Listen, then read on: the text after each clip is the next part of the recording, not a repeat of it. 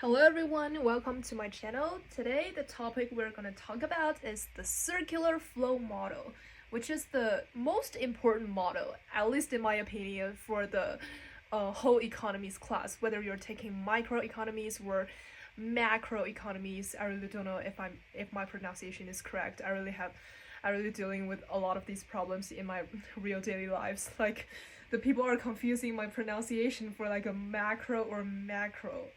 I don't know. Is it sounds? It really sounds the same to me. Like I really don't know how to differentiate them. But anyway, like let's shape our focus into our topic today.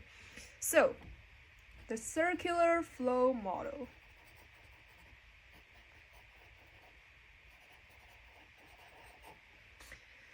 Okay, so the circular flow model. First of all, let's define like the four things that like not four things actually, like the four factors in include in this model, like really playing a huge role in managing our money flows in the whole systems is first of all the households. I'm just gonna put it right here. I don't know if the camera yeah, it can. Okay, so the households, and then the businesses, right? Like if we say like we are the households, we buy stuff, and the businesses is the like the companies that we are like going to every day. It's kind of okay. So the businesses, and then there's two market for this. First of all, is the product market.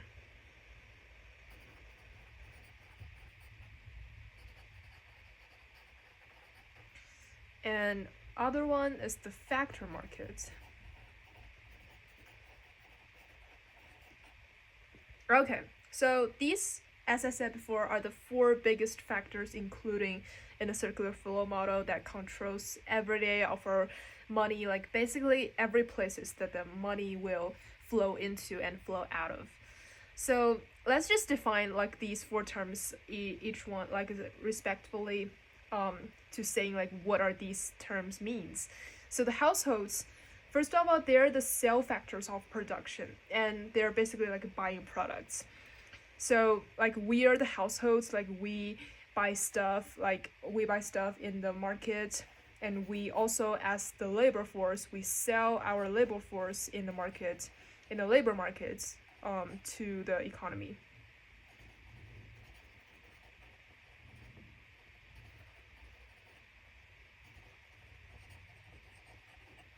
Right? Okay. So also the next one is the businesses. Businesses are buying factors of production, and they're also selling products. So thinking about that way, like the businesses, they're buying our labor force, they're paying our wages, right? So we are kind of like the product they're gonna buying, and they're gonna selling the products, like the selling the products that we made like as labor force to the market, and then they can earn the prices, like the earn the monies from these products selling. So they are buy factors of production, and they're also sell products. Okay, and next one, the factor market. So the factor market is what the households sell and the firms buy. So this is basically what I talked before, like the labor market. Like we are selling our labor force into the market, and we are paying by the wages, and the firms are paying our wages, which means the firms are buying our labor force. So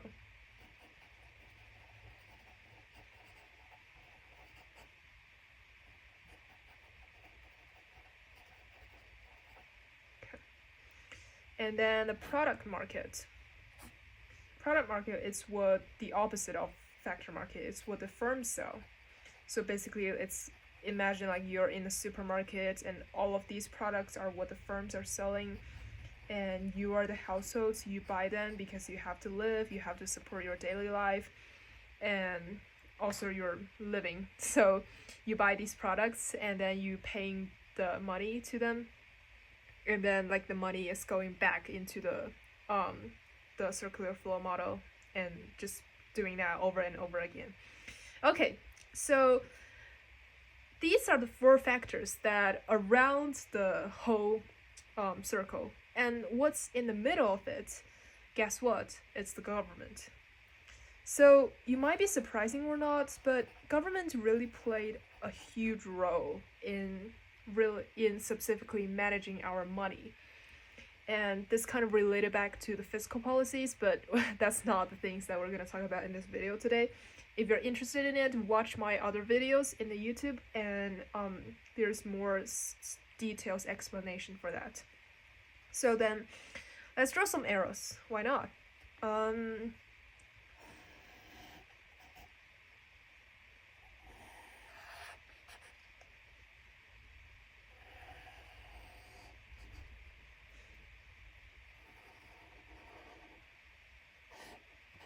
Okay. So first of all, this is what like the first direction the money will flow. So the factor market, like they will buying our labor force, as I talk over and over again in this video. I really don't know how many times did I talk before, but the money income, like the wages and rents and interest and profits, will pay to the households. So in this curve, we're gonna label this as money income. Specifically wages, rents, interest, and profits. Cool. And then the households, it's gonna spend these monies because they're gonna buying stuff in the product market, right? So then these monies that the households get is going to become the consumption expenditure. It's kind of hard for me to like write in this way. Sorry, forget my bad handwritings, but and then the product market, the money that they received is gonna paying back to like as a revenue to the businesses, right? So this is gonna be the revenue, and then the businesses is gonna again it's gonna become the costs to the factor market. Okay, so that's one direction of the money flows in the system. There's another way. You maybe guess it already. It's gonna go exactly opposite.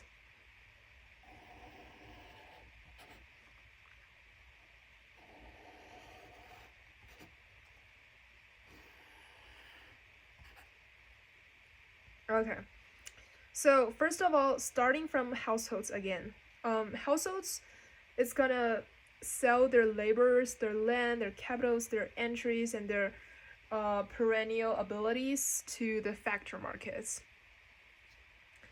So labor, land, capital. Oh, I'm sorry, it's entrepreneurial abilities.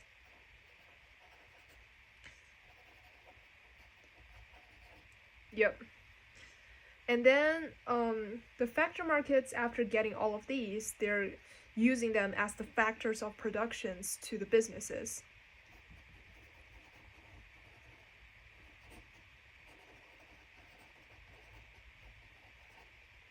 And then the businesses, they're gonna buying goods and services from the product market. And also like the product markets, the same thing, they're gonna selling the goods and services to the households, which means the households is gonna buy these goods and services to support their living.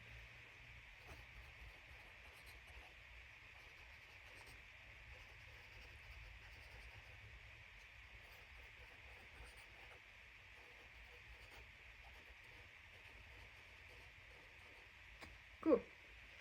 And then these are basically all of the key terms, the key things that we're going to focus in the circular flow model.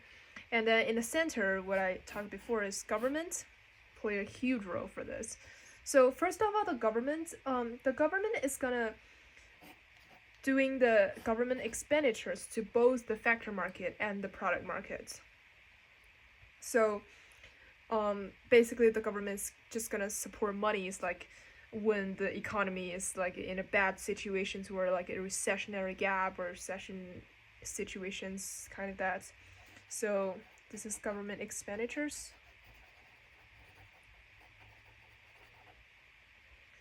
And same thing as here.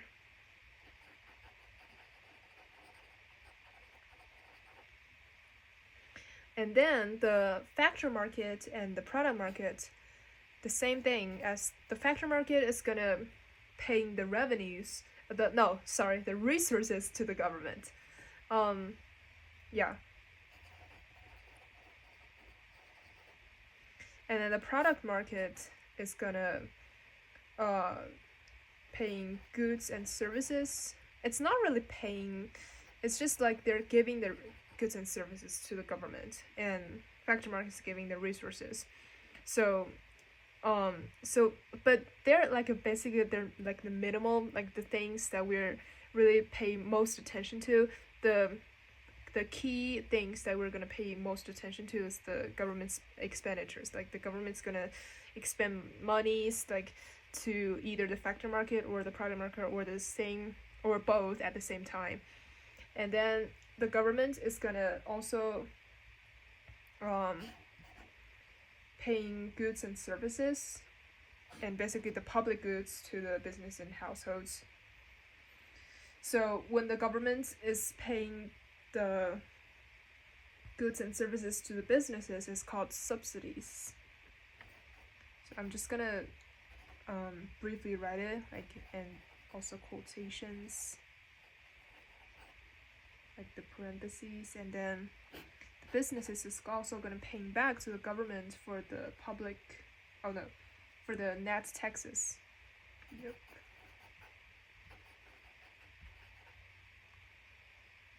And this is also called the public goods. Okay, and for the households, the same thing, goods and services. But when we're saying about households, we're changing our terms to the welfares, right? Because these are the monies or like the benefits that the government pay to individuals or families, basically. And these are also the public goods.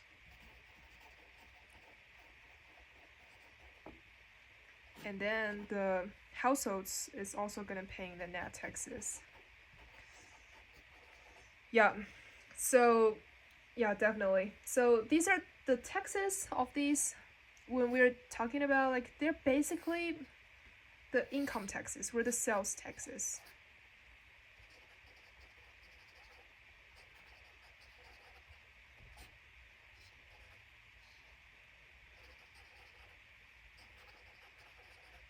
Yep.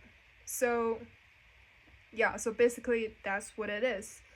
And so these are all the monies, like the outer flows is all of the monies, and the inner flows is like the resources, the factors, the labors, land and capital, entrepreneurial abilities, kind of stuff, goods and services. And so yeah, so that's what the circular flow model, the general picture of this. It's actually like pretty detailed for this diagram. If you can remember or understand all of the causes, like the chains for different reactions, not reactions, I mean like different things, like events, what events cause another events to happen, then you're really on the track, you're on the road.